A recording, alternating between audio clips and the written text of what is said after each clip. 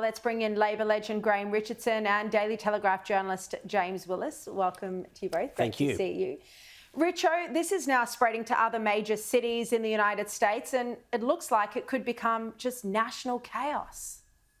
It does. It's a very serious situation now, and it seems to me to be getting worse. And as it gets worse, I don't think there's much being done. So I've got to look at this and say that Trump's got a huge job to do that is just not being done. I mean, James, Trump is well within his rights. He has a legitimate claim to deport immigrants. It's what he said he was going to do. So, you know, it's a bit rough that the Democratic leadership are blaming him rather than the protesters. Well, that's right. And this was his mandate, and this was his number one issue that I believe got him elected, Sharri, was the idea that America's borders were too soft, particularly the Mexico border, but from other parts of the world as well. The Democrats have been too soft on that. That was damaging the fabric of society. And so in the early stages of his second term, he has come in and decided to go straight into it, which I think is a really refreshing approach for the record, that you can just start doing that from day one. There is going to be blowback in parts of the country. And as we know, America is a really interesting, sweltering pot where there's a lot of different people doing with different views. And LA is one example of that. But I think he's just going to go harder on this, and anyone that defies it will watch out, because they mean business. There's more Marines, more National Guard being brought in. I worry it's going to turn into sort of similar to the lawlessness of the Black Lives Matter movement when it spread from city to city. There was looting and crime, storefronts bashed in. I mean, I just get the sense, Richo, that people love a protest. And, you know, these are obviously despicable, but at least they're not protesting the Jews for once. Richo? Yeah, for once. But that having been said, this is pretty sad to see, really. I mean, a great country like America, you shouldn't have to cower in your home and be afraid to walk out onto the pavement. That's just not right. Oh, 100%. Look, it's also become a big story here in Australia that they have several journalists have been caught in the crossfire. Nine's Lauren Tomasi, the ABC's North America correspondent Lauren Day, also another camera operator, a New York Post cameraman was also hit by a pellet. James, what do you think? I mean, clearly none of this was deliberate, despite the Prime Minister trying to say it was. I mean, if you attend a protest, this is a risk. Yeah, firstly, I hope Lauren's doing okay, and the other media representatives that have been caught up in this. And when you're working and you are reporting on something, that you should never, ever be injured in the line of fire or worse. However, the point that I would make that I don't think has been made enough, Sharri, is that the competitive industry of media has required reporters to get the best shot of the day on the story of the day.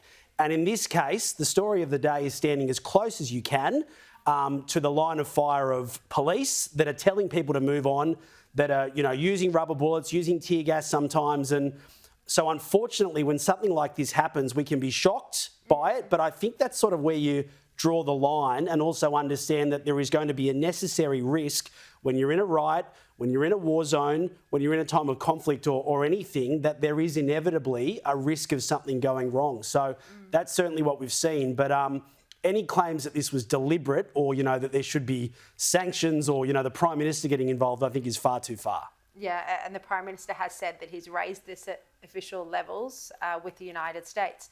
Well, let's turn to Greta Thunberg. She landed in Paris after being deported from Israel, and then she immediately again claimed she'd been kidnapped. We were, on international waters. We were illegally attacked and kidnapped by Israel and taken against our will to Israel, where we were detained, and then some of us deported, some are still there. I wasn't able to say goodbye. Are you worried about the others, that they might be detained for any length of time? Yeah, I'm very worried about them. Richo, come on. She was given a sandwich, some water, taken to safety. She needs to sit down with some actual former hostages who were kidnapped, doesn't she? I think she needs to sit down with a therapist. I think that'd be the best shot for her. This is a troubled girl, in my view, and she needs professional help, the kind that you and I can't give. No, indeed. But, you know, the world seems to, embolden her, encourage her.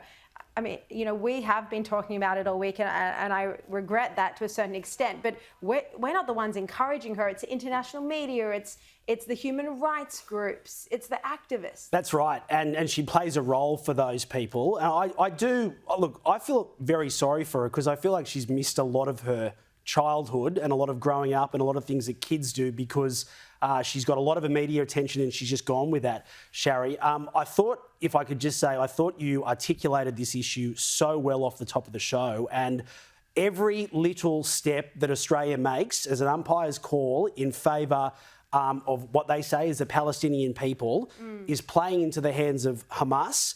And I do think it does have an impact on what we see here socially. This anti-Israel movement that's driven by parts of the left-wing media, but we have seen day to day, certainly when governments are making decisions, then it does encourage that environment. So I think people are starting to be deeply concerned by Penny Wong and Anthony Albanese, you know, making these odd decisions and favouring one side of this war, in this case, cuddling up to a terrorist group. Oh, I know, it's pathetic. It really is. And I mean, Richard, you say she probably needs to see a therapist. Well, Donald Trump says she needs anger management training. Have a look.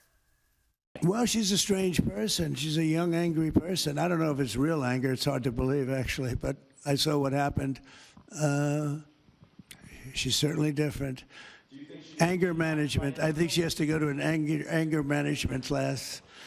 That's my primary recommendation for her. And probably a classroom, really, because with all the schools she missed, as James said, who knows if she can even read and write properly, Richo? Well, I mean, I could forgive her if she couldn't read or write properly. She's been such a professional agitator all her life, really.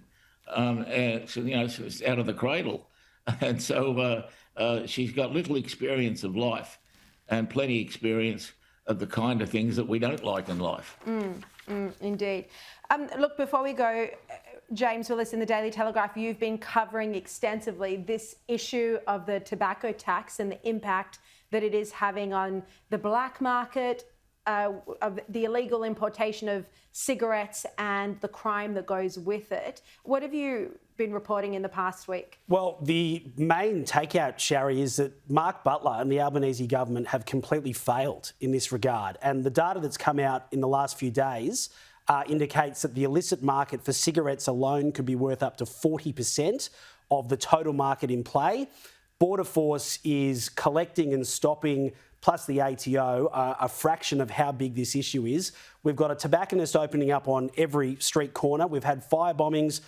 It is a direct link to criminal gangs. And we've got states that are relying on health officials to lead this problem. I mean, New Zealand, I don't know if they're right or wrong, but New Zealand has regulated vapes, and that means they can test them and they can get rid of the single-use ones, which are brightly coloured for kids.